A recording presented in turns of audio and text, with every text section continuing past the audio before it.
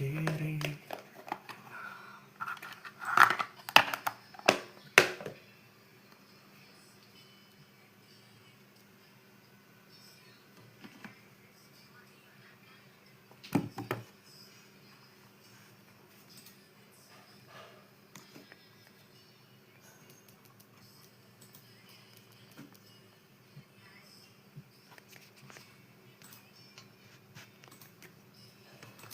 Shalom, shalom. Shalom Buddha Jen.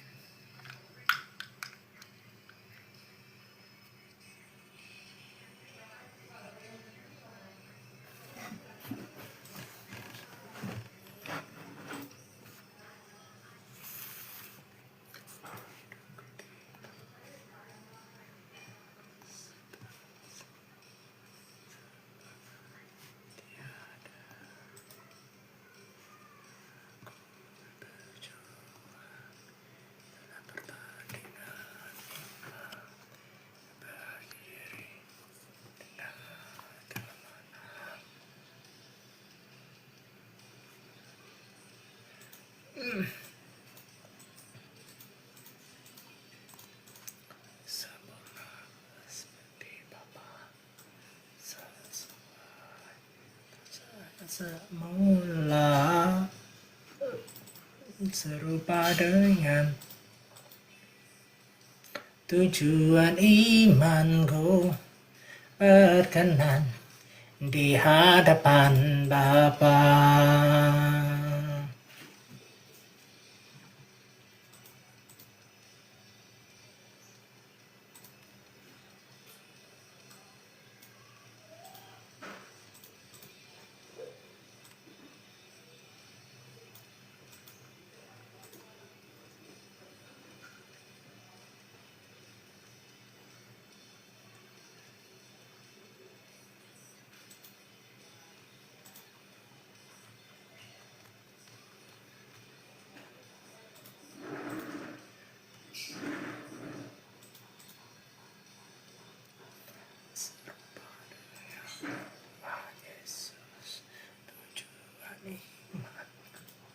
Berkenan di hadapan Bapa,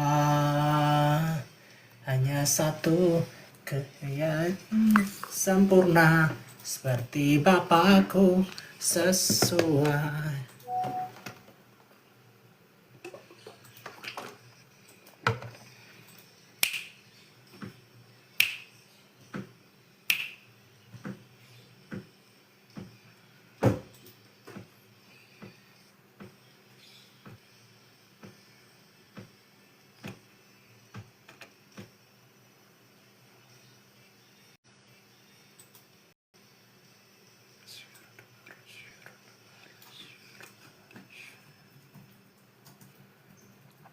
Haleluya, haleluya, haleluya.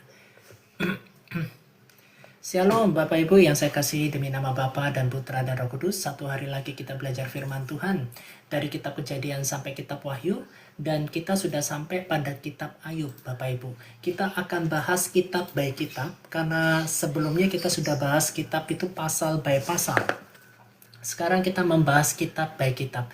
Nah, program Bible Study ini saya adakan semata-mata untuk kita lebih kenal firman Tuhan lebih dalam dan menjauhkan diri kita daripada bentuk banyaknya penyiasatan yang dilakukan oleh apologet-apologet dari RT6. Bapak Ibu, mari kita masuk di dalam doa. Setelah itu kita nikmat pengajarannya. Yuk, mari kita berdoa. Bapa, kami mengucap syukur Tuhan untuk kasih setiamu, tutup bungkus hamba, tubuh jiwa roh hamba dan kuasa darahmu, tahirkan daripada rum hambamu.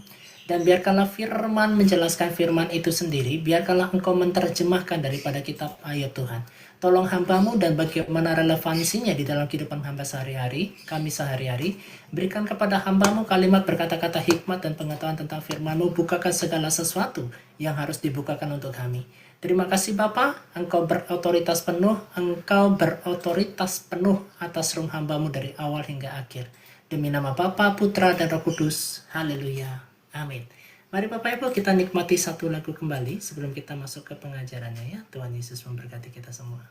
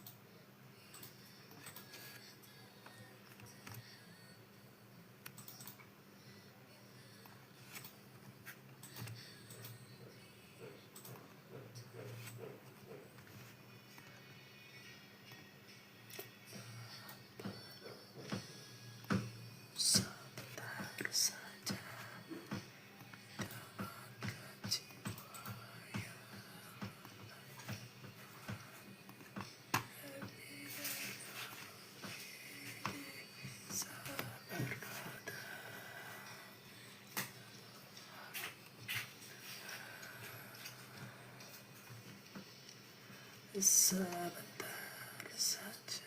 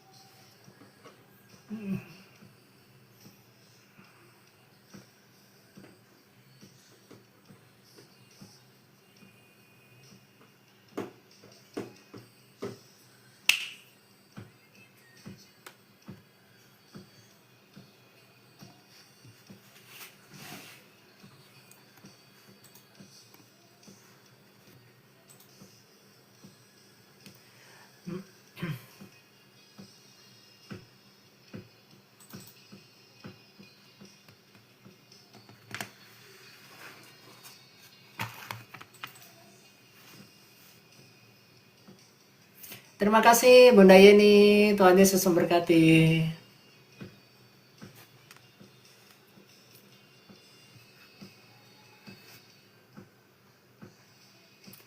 Tuhan peluk aku sebentar saja, hangatkan jiwa yang mulai lemah.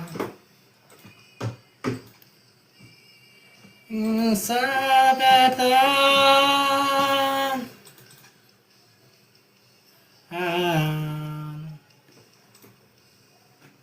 sebentar saja.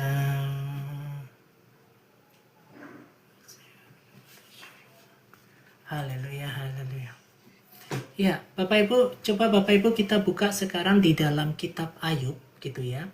Menurut Bapak Ibu, saat Bapak Ibu membaca kitab Ayub, apa yang Bapak Ibu bisa dapatkan?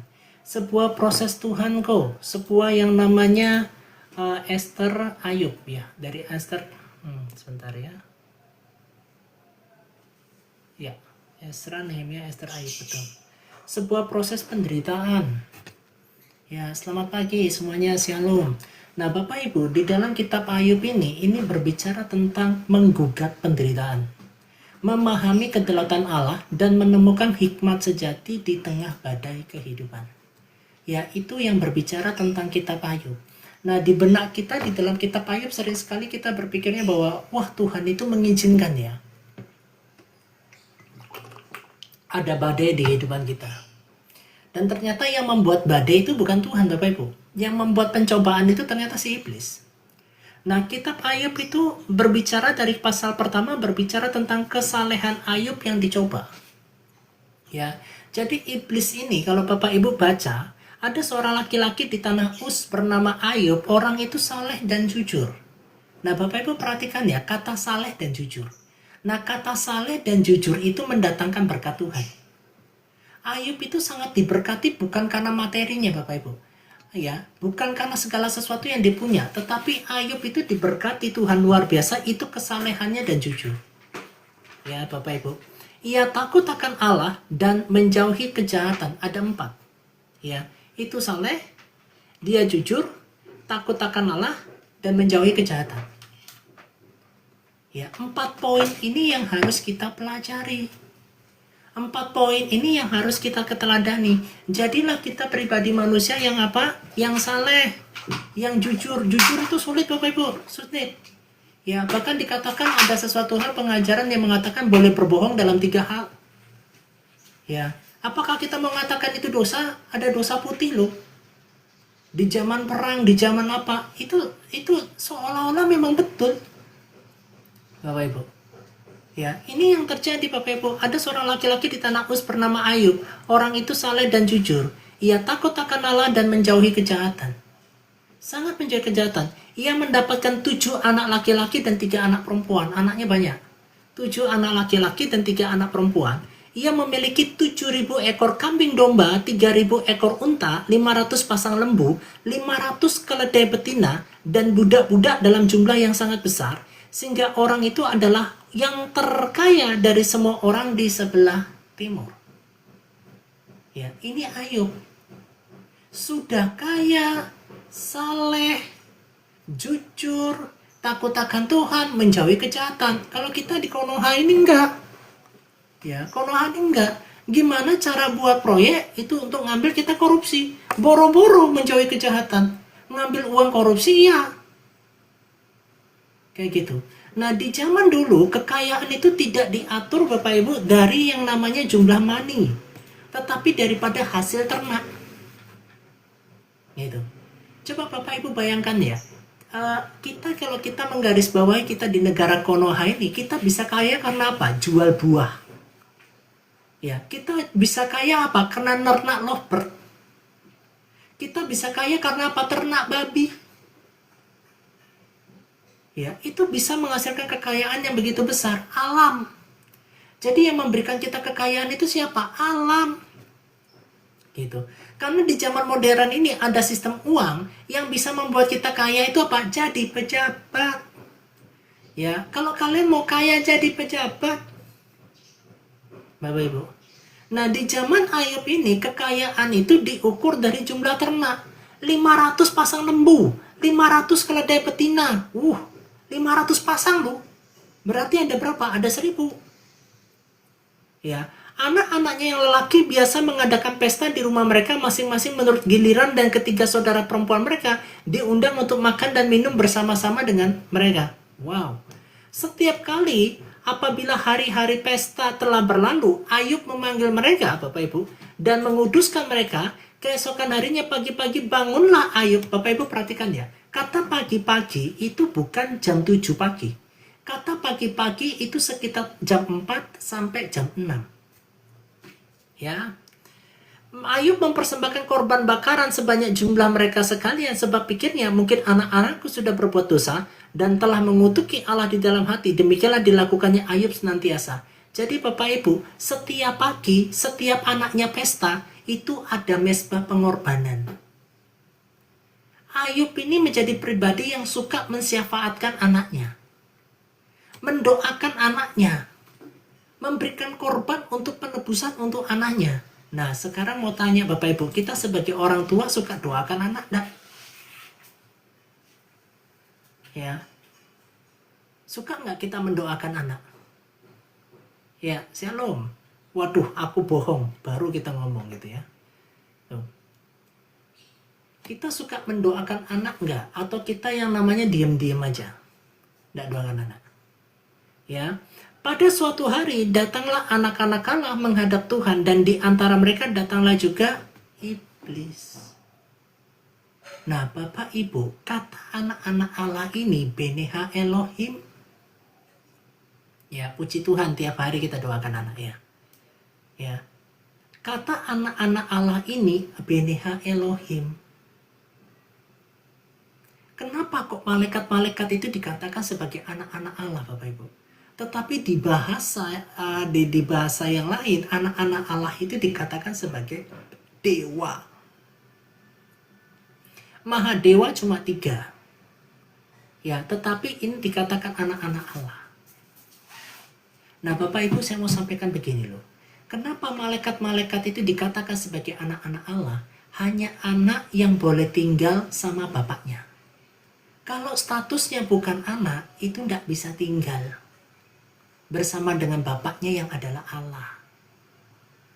Makanya kalau Bapak Ibu baca di dalam kitab Yohanes pasal 1 ayat 2, barang siapa yang menerimanya diberi kuasa untuk menjadi anak-anak Allah. Makanya kalau kamu menerima Yesus Kristus sebagai Tuhan dan Juru Selamatmu, kamu gak usah nguber-nguber surga. Kamu gak usah marketing-marketingin surga. Yang harus kamu bicarakan adalah pemuritan. Yang harus kamu bicarakan ganti identitas. Dari gelap menuju kepada terang yang ajaib. Dari anak duniawi menjadi anak terang, menjadi anaknya Tuhan. Lewat pribadi siapa? Tuhan Yesus. Kalau kamu tidak punya jabatan pun, tidak punya status sebagai anak Allah, kamu tidak mungkin tinggal bersama dengan Allah sampai kapanpun. Itulah Bapak Ibu. Ini pengertiannya tuh di situ. Ya, pada suatu hari datanglah anak-anak Allah menghadap Tuhan, dan di antara mereka datanglah juga iblis. Ya, maka bertanyalah Tuhan kepada iblis, iblis ini siapa kok? Iblis ini Lucifer. Ya, dari mana engkau? Lalu jawab iblis kepada Tuhan, dari perjalanan mengelilingi dan menjelajah bumi.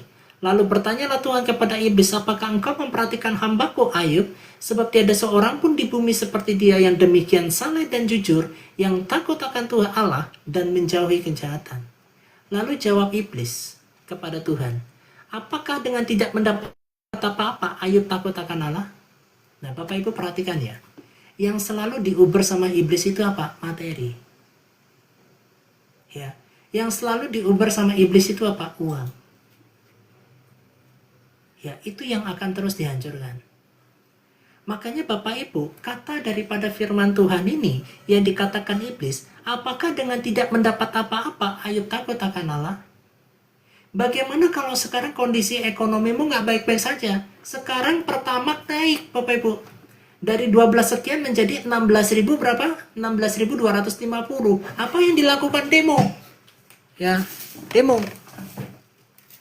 Serang demo gitu. Hai, jat. Begitu kan? Demo Bapak Ibu. Ya, terus semua yang mobil-mobil yang plat-plat merah demo. Ya, gebuk, pakpuk.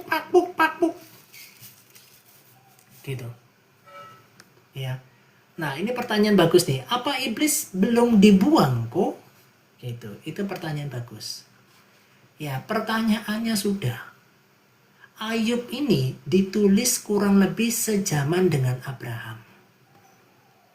Ya, di dalam masa-masa seperti itu, iblis masih bisa ya masuk ke tempat awalnya kenapa dia ada. Bapak Ibu, masih bisa. Dia itu mantan anak Allah yang memberontak. Tetapi pada saat yang namanya perjanjian baru, itu sudah tidak bisa lagi.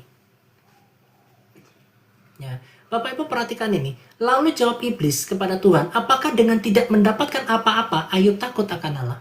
Nah Bapak Ibu, jangan heran kalau kita sebagai umat Tuhan yang selalu diuber sama iblis itu apa? Ekonomimu.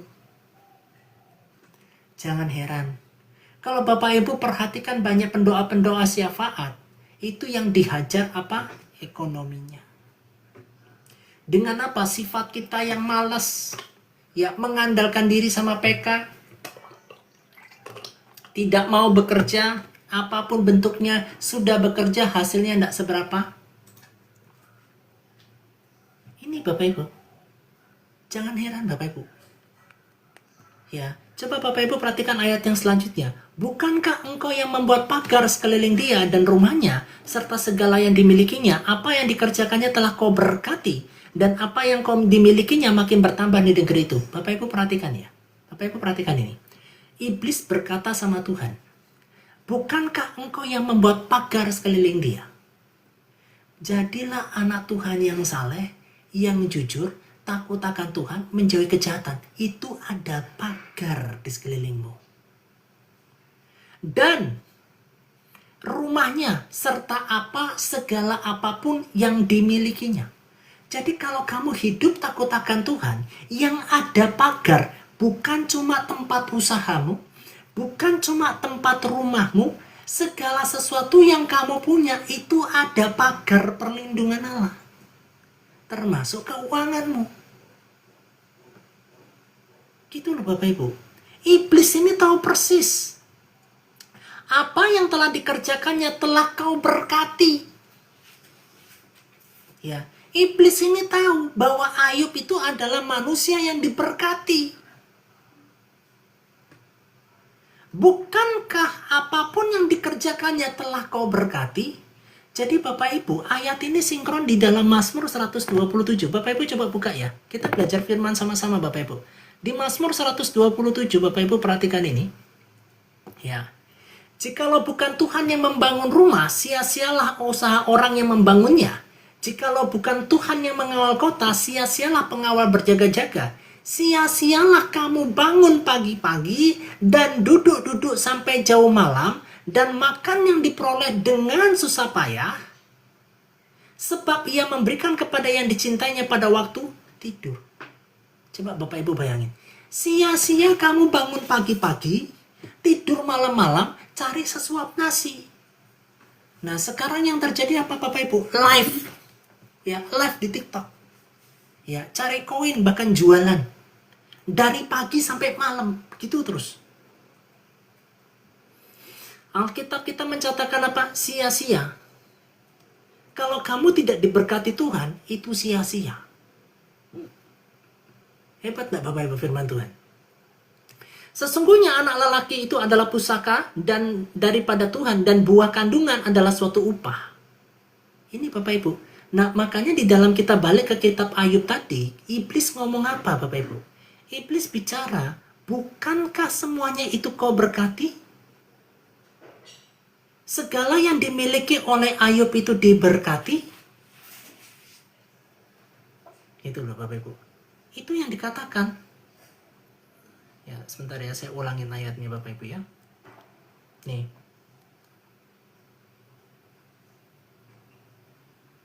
Ya.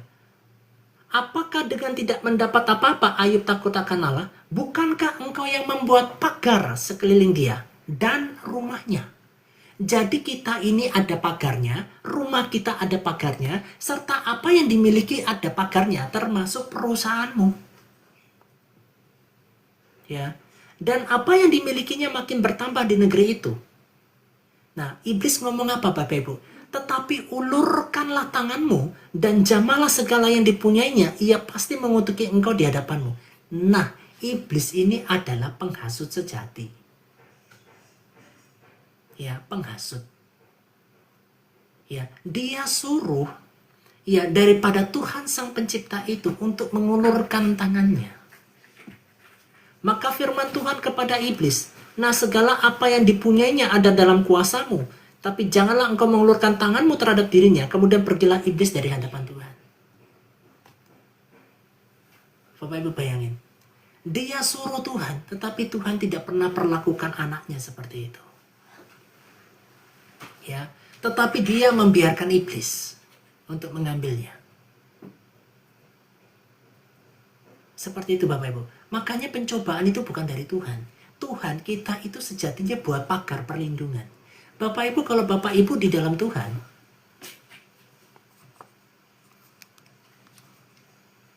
cek.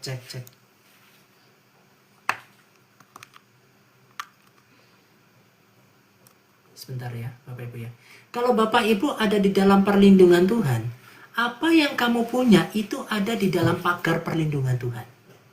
Makanya doa Bapa kami mengajarkan Bapak Ibu, untuk apa? Jauhkanlah kami daripada pencobaan. Ini kok mendengung ya? Cek. Bapak Ibu di sana mendengung nggak ya? Cek.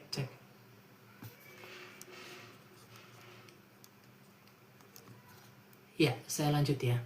Kok iblis itu kalau menyerang manusia bagian apanya? Bagian apa yang dimilikinya?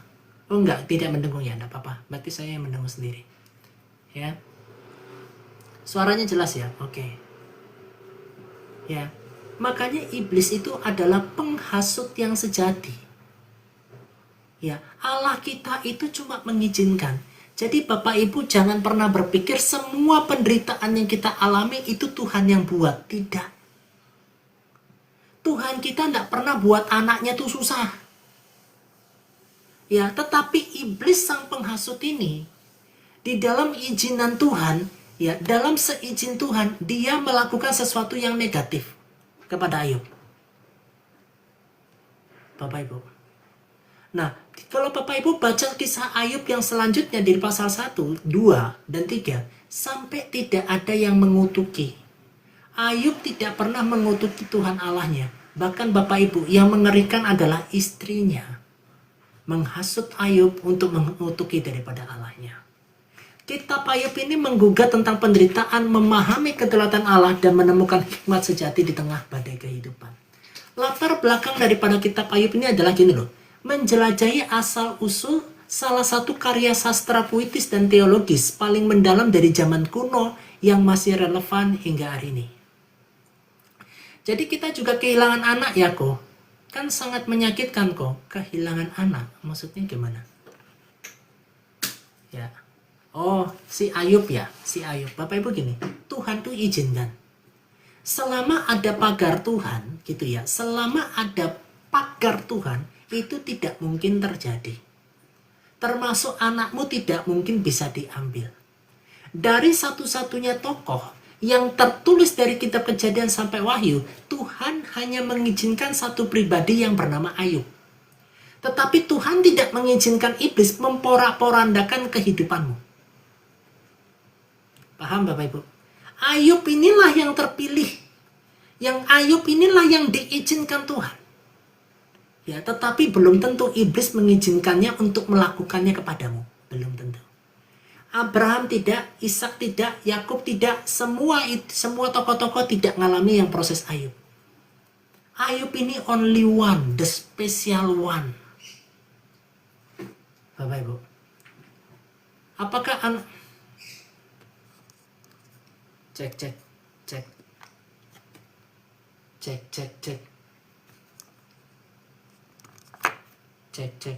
Suaranya jelas ya Bapak Ibu ya? Cek ya. Oke, saya nggak usah pakai headset ya. Tapi kalian dengar suara saya lah, intinya gitu ya Bapak Ibu ya. Jelas ya? Oke, terima kasih. Saya nggak usah pakai ini kayaknya. Ya. Nah, ini pertanyaannya begini. Apakah anak Ayub itu metong? Itu kehendak iblis, itu cara iblis. Ya, anak-anaknya Ayub itu metong. Itu bukan perbuatan Tuhan, itu perbuatannya iblis. Bapak Ibu. Ya, latar belakang dan konteksnya, ya ini masih relevan hingga hari ini. Nah, penulis. Nah, ini Bapak Ibu. Penulis daripada Ayub ini, secara historis penulis kitab ini tidak diketahui atau anonim. Penulis pastinya, secara teologisnya. Beberapa tradisi Yahudi menisbatkannya kepada Musa, sementara ahli lain menyebutnya Salomo atau Ayub itu sendiri. Nah, jadi menurut tradisi itu ada 3 orang. Ya, Ayub kah, Salomo kah, atau Musa? Karena berdasarkan tafsir dari beberapa teolog-teolog, Ayub ini itu sejaman dengan Abraham. Ya, kurang lebih hampir sejaman dengan Abraham. Ya, Bapak Ibu ya. Latar waktu kejadiannya diperkirakan terjadi pada zaman Bapak leluhur. Oh, sorry Bapak Ibu.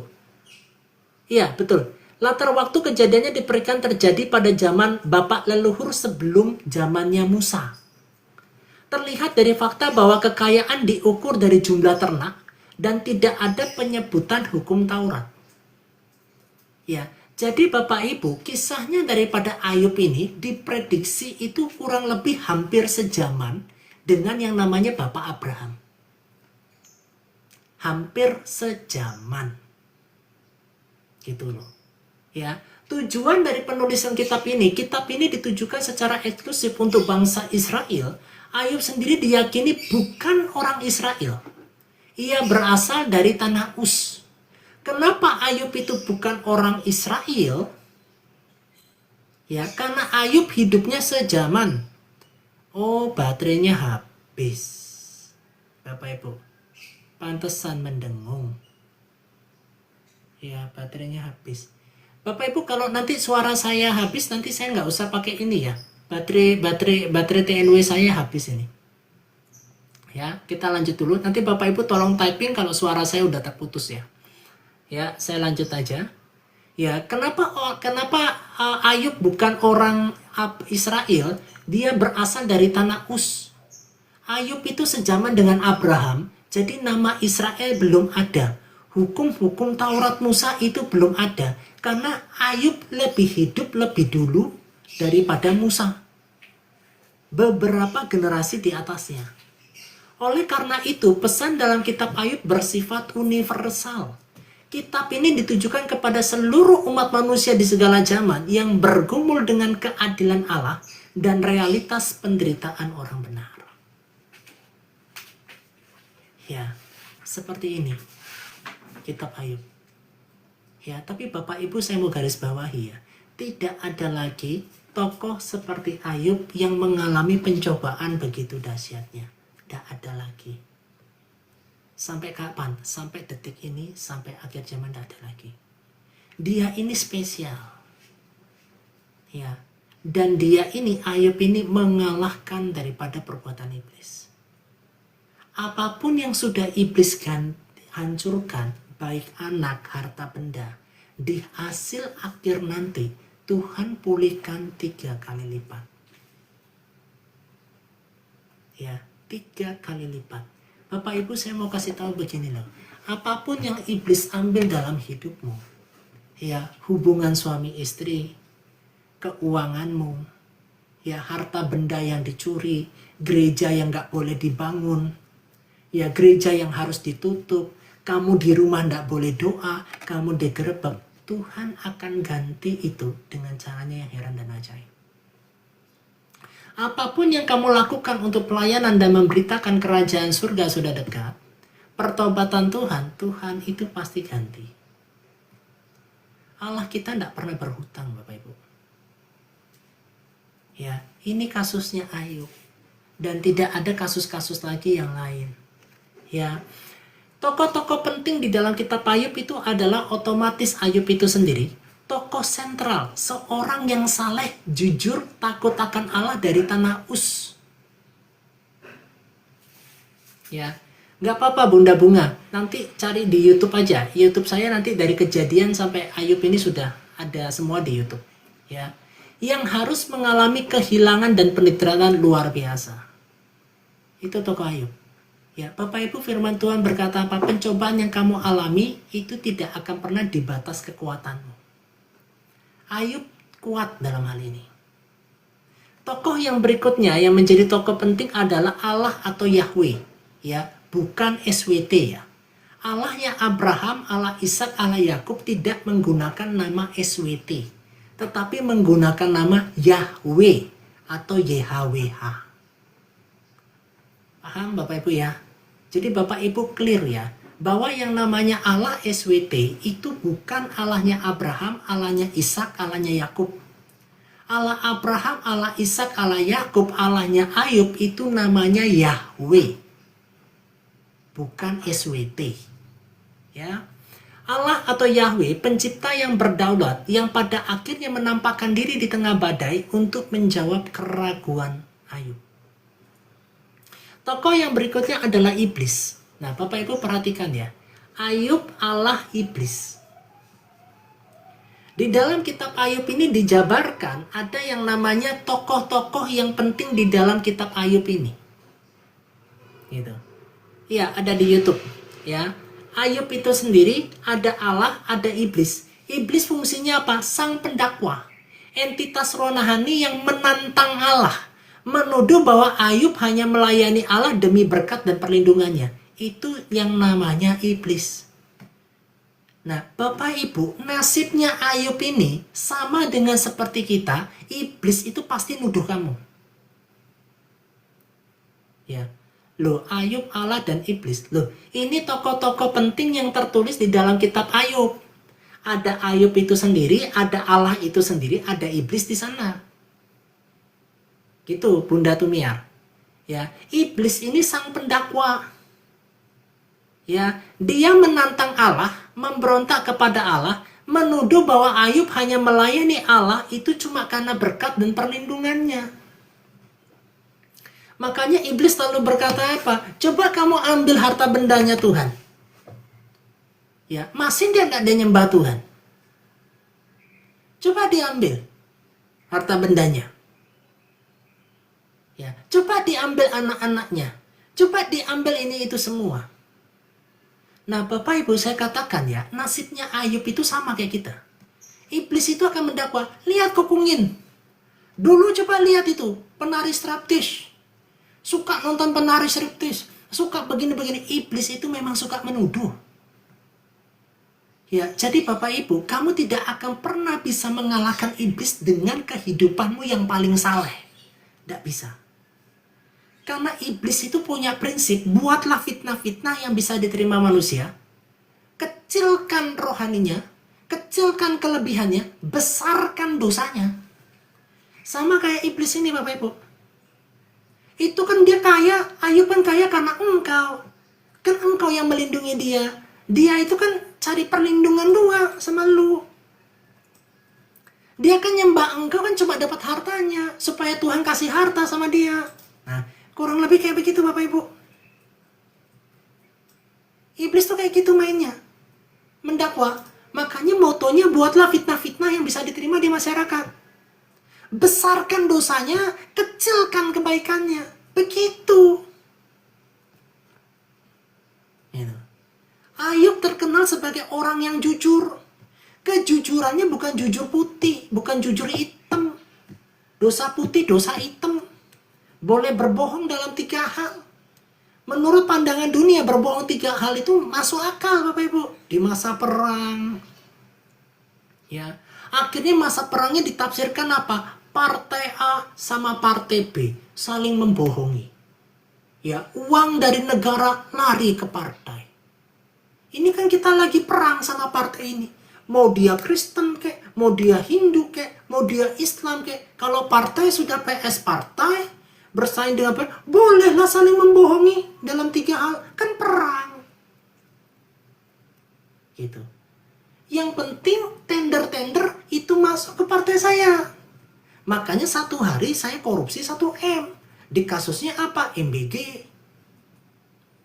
Ya. Ada partai di belakangnya yang ikut-ikut di belakang layar.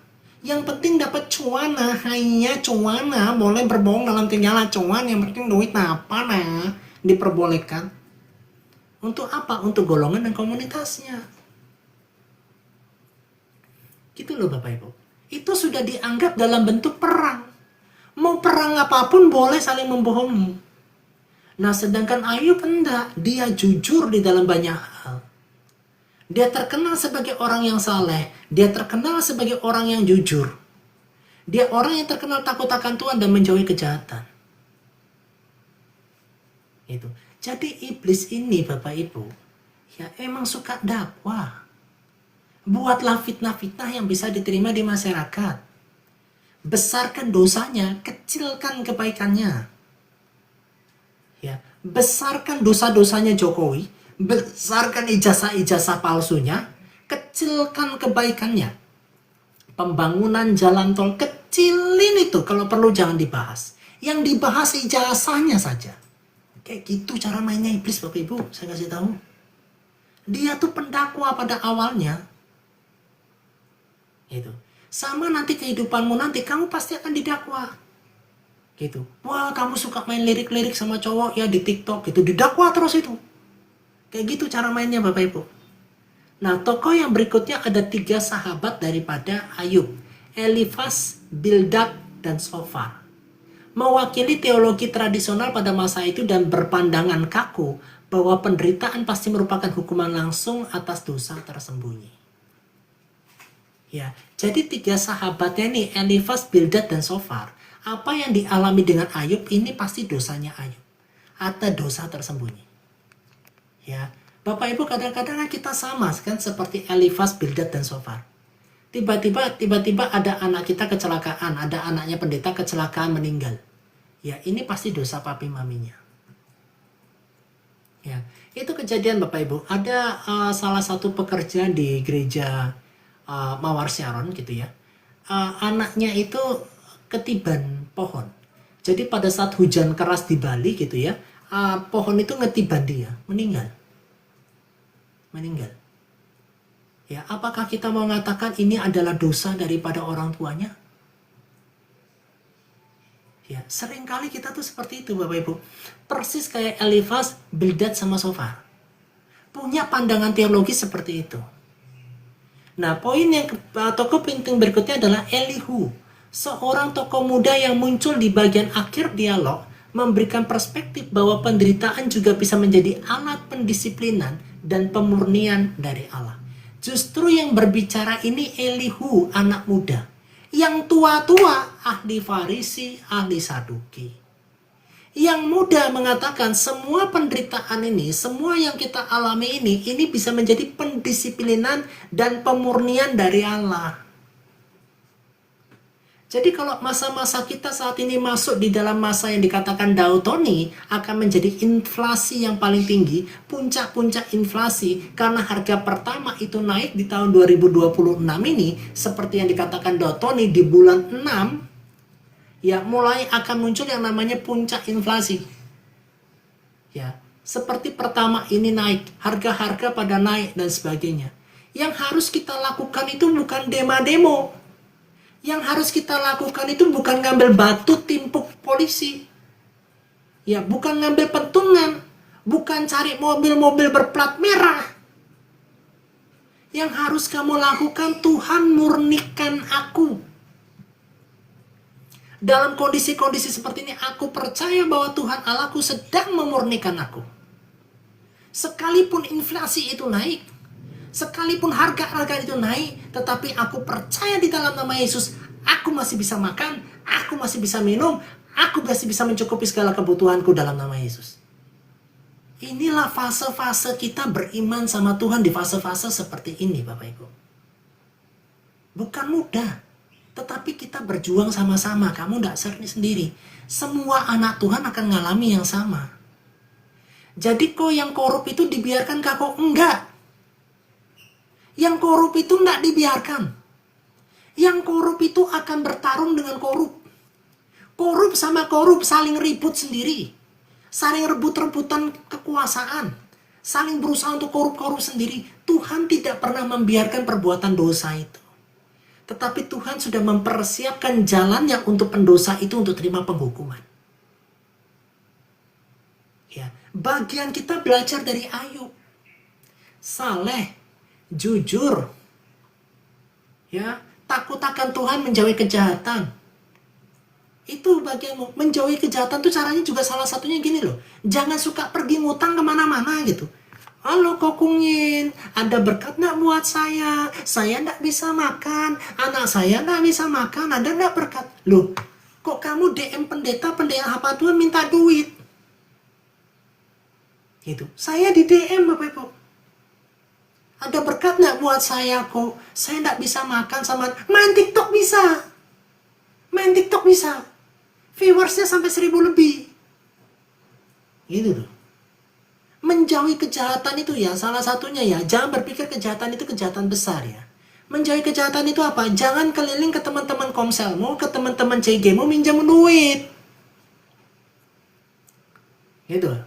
Saya dapat laporan dari teman kami, dari keluarga kami di Evan Ministry. Ada seorang ibu-ibu gitu ya, tiba-tiba DM pribadi pinjam duit. Ya, nanti diganti. Nantinya kapan diganti? Kamu datang ke komunitas itu saat kamu mau minta duit. Kamu ikut kebaktian karena kamu tujuannya minta duit. Ya, kalau tujuanmu nggak minta duit, kamu nggak datang ke komunitas. Kamu juga sudah melakukan kejahatan. Kamu datang ke CG, datang ke komsel itu pas makan-makan, pas hari raya, pas seneng-seneng. Ya, tapi persekutuan nggak pernah ikut. Pas makan-makannya kamu ikut. Jangan pernah Tuhan itu tidak peduli dalam hal-hal yang seperti itu. Tuhan catat. Tuhan itu catat, Bapak Ibu, saya kasih tahu. Ya, kadang-kadang kita meremehkan kejahatan itu mungkin membunuh, kok bersinah, merampok. Oh, tunggu dulu. Kamu kalau keliling utang sana sini, tidak membayar utangmu, kamu sedang berbuat jahat tuh kalau kayak gitu. Gitu. Itu. Kalau sudah makan-makan, kalau sudah pas Natalan, ulang tahun temen datang. Kebaktian tidak datang. Kamu datang ke komunitas, kamu datang ke persekutuan hanya tujuannya apa? Pinjam dong enak. Ya, anak saya susah di Jakarta, anak saya susah di Surabaya, pinjam duit lah. Kalau aku sama Pastor Kungin nanti saya ketahuan lah. Saya coba nanti teman-teman yang ada di komunitasnya Kungin saya pinjamin duit lah. Gitu. Diam-diam lah. Gitu. Selalu apa? Diam-diam. Diam-diam. Gitu. Makanya saya selalu kasih tahu kepada keluarga saya di FM Ministry, kalau ada yang pinjam-pinjam duit, tolong lapor juga ke saya. Supaya kita mendoakan. Ini butuh ditolong atau enggak? Gitu loh. Kalau memang butuh ditolong, kita bantu dengan sekuat kita. Sekalipun kita ini bukan banyak orang kaya, kita orang-orang yang sederhana, tapi kita mau bantu orang. Ya, uang kami enggak banyak. Tapi kalau kamu keliling masuk ke persekutuan, ujung-ujungnya pinjam duit, kamu tuh tidak menjauhi kejahatan. Kamu menormalisasi pinjam duit kemana-mana yang kamu tidak bayar. Yang diincar siapa? Anak Tuhan. Yang dipercaya pada komunitas. Tiba-tiba cerita, kok anak saya kecelakaan. Ditabrak kucing, kok jatuh gedubrak. Masuk rumah sakit, masuk ICU, ngambil foto. Di foto ternyata bukan anaknya, itu orang lain. Ya, lecet tangannya, bukan lecet anaknya. Itu ngambil lecetnya tangannya orang lain di foto. Gitu. Ada modus-modus kayak begitu tuh. Wajahnya nggak difoto. Ya, telepon. Kok ini saya sama kakaknya anak saya gitu. Ternyata suara kakak anaknya kok sama kayak suaranya mak-mak. Itu kakaknya atau mak-mak atau temennya mak-mak itu. Itu kamu sudah membuat kejahatan loh model kayak gitu. Ya, ini anak-anak Tuhan ya. Yang kamu ngaku-ngaku pengikut Kristus ya. Tolong saya sampaikan dalam nama Yesus, bertobat loh. Ya, bertobat kamu. Saya sedang tidak menyindir, tapi saya sedang menyampaikan firman Tuhan. Menjauhi kejahatan itu bukan cuma sekedar membumbun. Ya, mengkorupsi, ambil uang negara. Kamu pinjam-pinjam uang keliling putaran gitu ya. Cari CG1, CG berikutnya, CG berikut, pinjam-pinjam uang nggak bayar. Kamu buat kejahatan itu. Bertobat kamu. Ya, buat karangan cerita. Anak saya kecelakaan kayak. Ya, terus fotonya bukan anaknya, fotonya orang lain. Ngambil di Google. Bertobat. Ya, terus kamu kerja di koperasi. Cari nasabah ke sana. Sudah dapat nasabahnya kamu pinjam uang tapi pakai nama nasabahnya. Ada loh. Aku pinjam uangnya tapi pakai namamu ya. Tolong ya. Kamu kan punya koperasi, kamu tolong ya. Lo kamu pinjam duit, tapi di koperasi kamu pakai nama temenmu. Nama temenmu sebagai jaminan, terus kamu nggak bayar. Itu kamu buat kejahatan lo itu. Kamu yang kasih ide untuk dapatkan uang, kamu yang kasih ide sama temenmu, pakai namamu pinjamkan di koperasi. Lo kok enak Yang nanggung temenmu, bukan kamu, kan yang pakai nama temenmu. Ya, bertobat loh kayak begitu-gitu tuh. Ya, makanya saya kasih tahu ya anak-anak Tuhan ya, jangan pernah mau pinjemin uang, apalagi kamu sebagai penjamin di koperasi ataupun institusi apapun. Termasuk bank atau apapun, jangan pernah. Kamu yang kena. Menjijikkan sekali loh cara-cara model kayak begitu. Ya, itu terjadi loh. Ya, makanya salehlah kamu, jujurlah kamu, takut akan Tuhan kamu, jauhkanlah kamu kejahatan. Ya, 3 orang, Elifas, Bildad, dan Sofar itu berpikir bahwa ini Ayub pasti punya dosa besar. Tetapi Elihu punya pemikiran yang berbeda. Yang muda malah pikirannya berbeda. Dia mengatakan apa? Semua penderitaan ini bisa memicu pendisiplinan dan pemurnian dari Allah. Bapak Ibu, saya kasih tahu ya, kadang-kadang kesulitan ekonomi yang Tuhan izinkan. Inflasi seperti ini yang Tuhan izinkan. Harga naik, BBM naik, buah naik, semua serba naik. Semuanya serba naik. Pendapatan itu kurang, pengeluaran bisa lebih baik. Itu hanya untuk pemurnian dalam hidupmu. Contohnya apa? Orang Israel. Ya, dari tanah perbudakan menuju ke tanah perjanjian lewat apa? Padang gurun. Di padang gurun nggak ada air, nggak ada daging, nggak ada semangka, nggak ada kemiri, bawang putih, bawang bombay, bawang apa lagi, nggak ada semuanya. Pola yang Allah berikan untuk didik kita, Pola yang Allah berikan untuk mendidik kita itu sama persis polanya pada saat orang Israel dididik Tuhan di padang gurun. Jadi kalau kamu mengalami proses padang gurun yang kadang-kadang nggak tahu mau minum air apa, makan apa, ya, itu polanya sama. Polanya Tuhan itu didik kamu sama, itu tak kasih tahu Bapak Ibu. Ya, jangan pernah berpikir ikut Tuhan kamu nggak dimurnikan. Nggak mungkin. Pemurnian Tuhan itu sama di padang gurun seperti orang Israel sebelum masuk ke tanah perjanjian. Prosesnya sama. Ya, aku kepingin daging. Nggak ada daging. Yang hanya ada roti mana. Kita nggak ada air. Nggak ada duit. Tetapi Tuhan itu selalu buat mujizat di dalam perjalanan hidupmu. Orang Israel selama di padang gurun banyak mujizat yang dia terima. Air terbelah dari batu karang. Ya, air yang pahit bisa menjadi air yang berubah rasanya. Roti dari surga. Tiang awan, tiang api, penyertaan Tuhan ada. Bapak Ibu saya kasih tahu ya, proses pemurnianmu yang sedang kamu jalani dari kuasa Tuhan, tiang awan, tiang api itu ada, mana sorgawi itu ada, air hidup dari batu karang yang sesuatu dianggap mustahil itu pasti ada. Tuhan murnikan kamu, Tuhan sertai juga dengan mujizatnya. Makanya firman Tuhan berkata apa? Apa yang tidak pernah kamu lihat, apa yang tidak pernah kamu dengar, bahkan tidak pernah timbul dalam hati, Tuhan sediakan buat kamu. Jadi kamu bukan takut dengan pemurniannya. Justru pada saat kamu dimurnikan Tuhan, kamu akan melihat kuasa Tuhan. Ada tiang awan, ada tiang api. Ya, ada mana sorgawi. Ada air yang keluar dari batu. Kakimu tidak membuat kamu sakit. Sandalmu tidak membuat kamu robek-robek. Itu terbukti sama bangsa Israel. Tetapi fokusnya kita tidak dalam penyertaan Tuhan. Fokusnya kita mana daging. Gak ada daging. Mana air, mana air, mana air, mana air. Katanya ikut Tuhan enak. Kok gini, kok gini, kok gini. Inilah pandangan Elihu, seorang anak muda. Jadi kalau sekarang Tuhan izinkan harga pertamax naik, kamu bukan main demo atau main tusuk.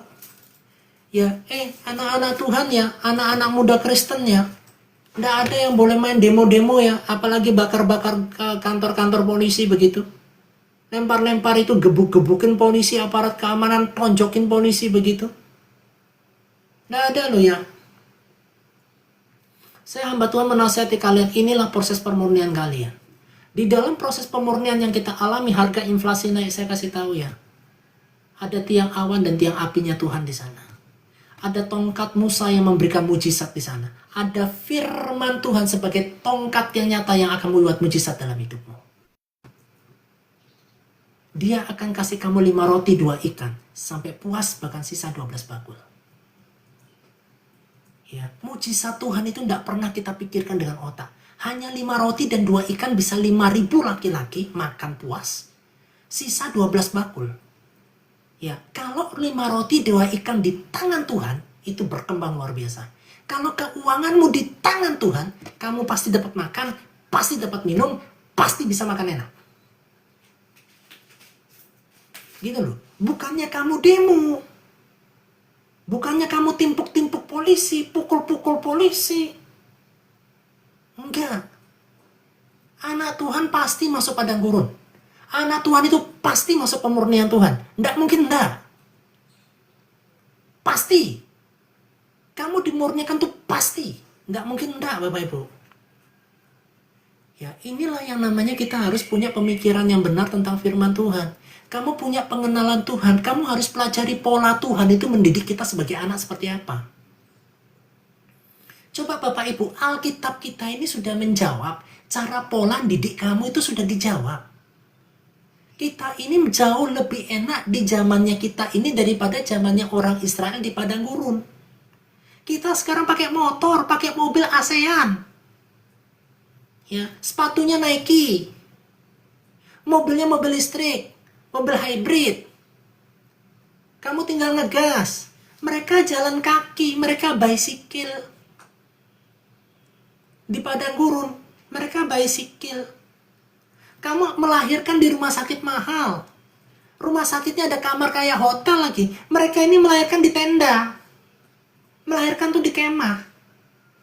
Kondisimu tuh, kondisi kita ini jauh lebih enak daripada umat Tuhan yang Bani Israel di padang gurun. Lebih enak. Loh kok kita nggak ada rasa syukurnya gitu loh.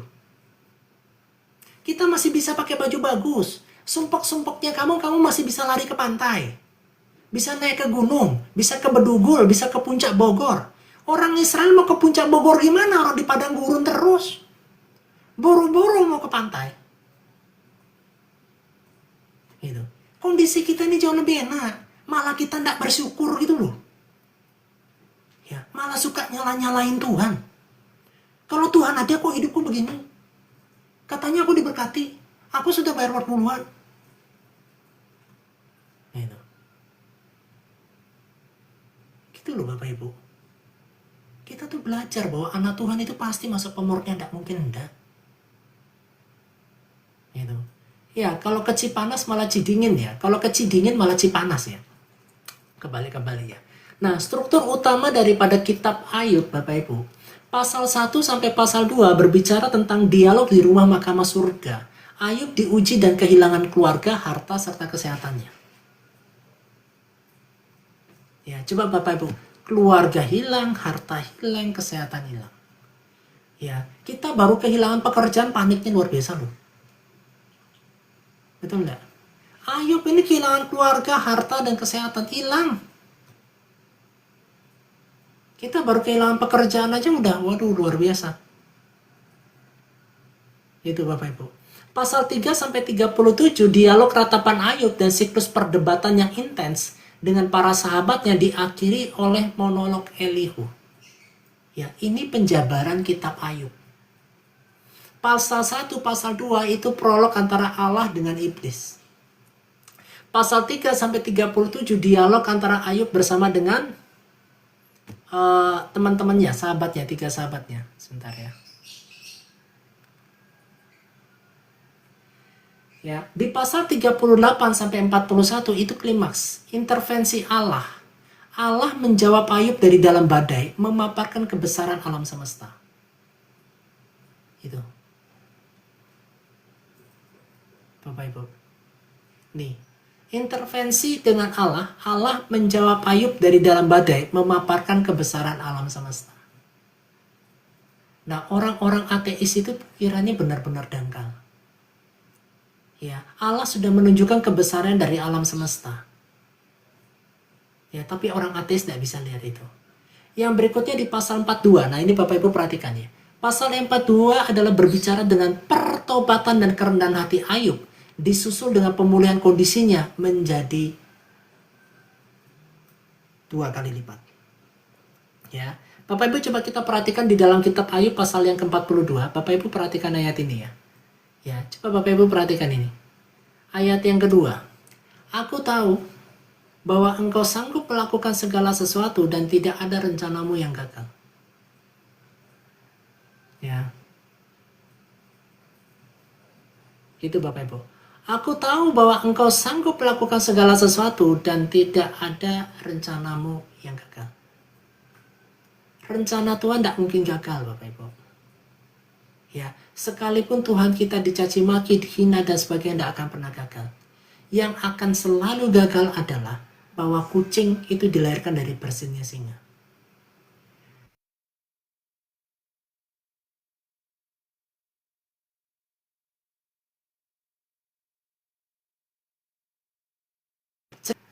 Baterainya habis.